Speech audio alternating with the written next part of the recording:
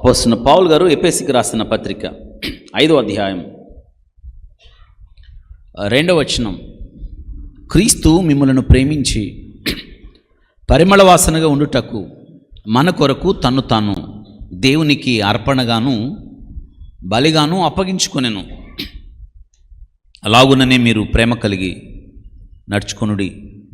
మొదటి వచనంలో కావున మీరు ప్రియులైన పిల్లల వలె దేవుని పోలి నడుచుకొనుడి. 2 కొరింథీ పత్రిక 2వ అధ్యాయం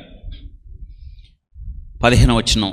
రక్షించబడు వారి పట్లను నశించు వారి పట్లను మేము దేవునికి క్రీస్తు సువాసన అయ్యున్నాము. ఫిలిప్పీలకు రాసిన పత్రిక 4వ అధ్యాయం 18వ వచనం. 4:18.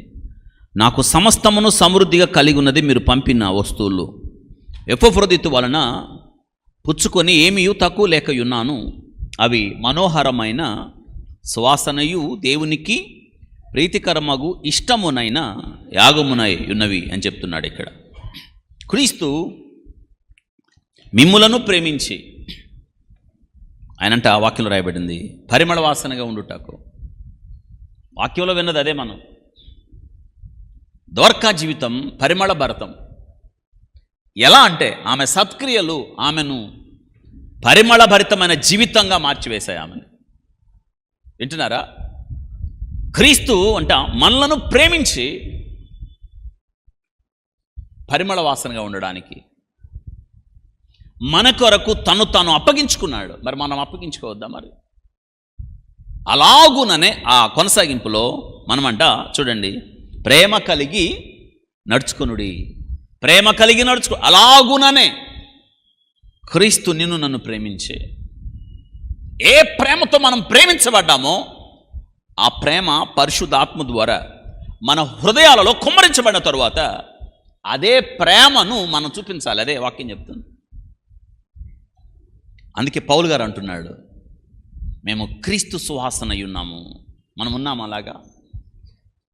నలకొట్టబడిన క్రీస్తు సజీవ యాగం. మనం మన కొరకు అప్పగించుకున్న క్రీస్తు కొరకు, నలగొట్టబడిన క్రీస్తు కొరకు మనం ఏమవ్వాలంటే పౌలు గారు అంటున్నాడు, సజీవ యాగం అవ్వాలి. ద్వారకా జీవితం మనకు నేర్పిస్తున్న పాఠం అదే. చూడండి, ఇక్కడ పౌలు గారు చెరసాల్లో ఉన్నప్పుడు ఫిలిప్పీ సంఘస్థులు పౌలు గారికి కావలసిన వస్తువులన్నీ కూడా పంపించారు. ఎపఫ్రోదితు ఆ వస్తువులు తీసుకొని వెళ్ళాడు. తిరిగి ఉత్తరం రాసేటప్పుడు అంటున్నాడు, మీరు పంపిన వస్తువులు నాకు అందాయి.